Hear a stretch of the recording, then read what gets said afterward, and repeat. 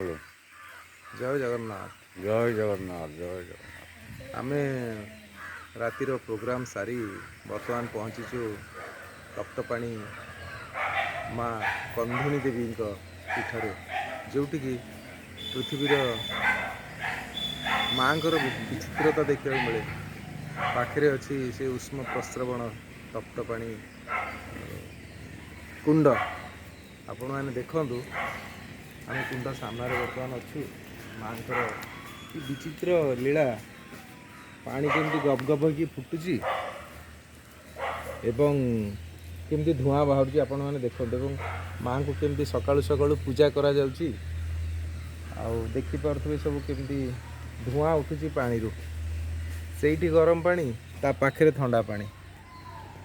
ବିଚିତ୍ର ସଂସାର, ବିଚିତ୍ର ଲୀଳା ମାଙ୍କର। ଜୟ ମା କନ୍ଧୁଣୀ ଦେବୀଙ୍କର।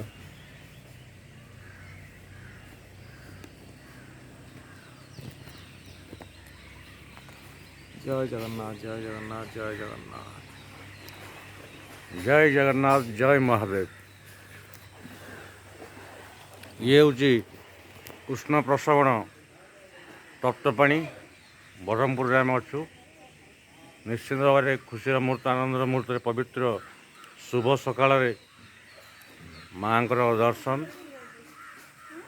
ଆପଣମାନେ ଦେଖୁଥିବେ। ଇଏ ହେଉଛି ବ୍ରହ୍ମପୁରରେ ସେଇ ତପ୍ତପାଣି କୃଷ୍ଣ ପ୍ରସବଣ, ଯେଉଁଠି ସବୁବେଳେ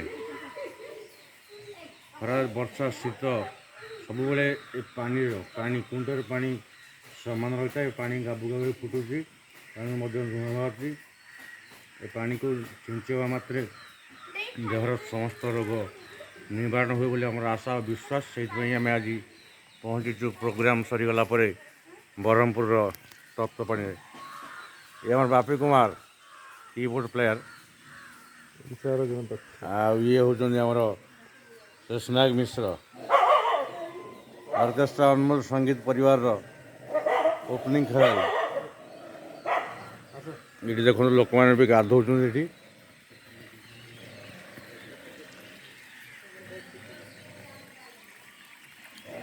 ସକାଳୁ ସକାଳୁ ଗାଧୁଆ ଚାଲିଛି।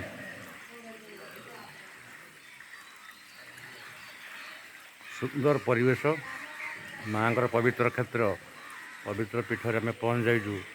ପ୍ରୋଗ୍ରାମ୍ ସରିଗଲା ପରେ ଆଉ କୋରାପୁଟରୁ ଫେରିବା ବାଟରେ ଏ ହେଉଛି ବ୍ରହ୍ମପୁରର ସେଇ ପବିତ୍ର ତପ୍ତପାଣି କ୍ଷେତ୍ର। ବହୁତ ବହୁତ ଧନ୍ୟବାଦ। ନମସ୍କାର। ଜୟ ଜଗନ୍ନାଥ ଜୟ ମହାଦେବ।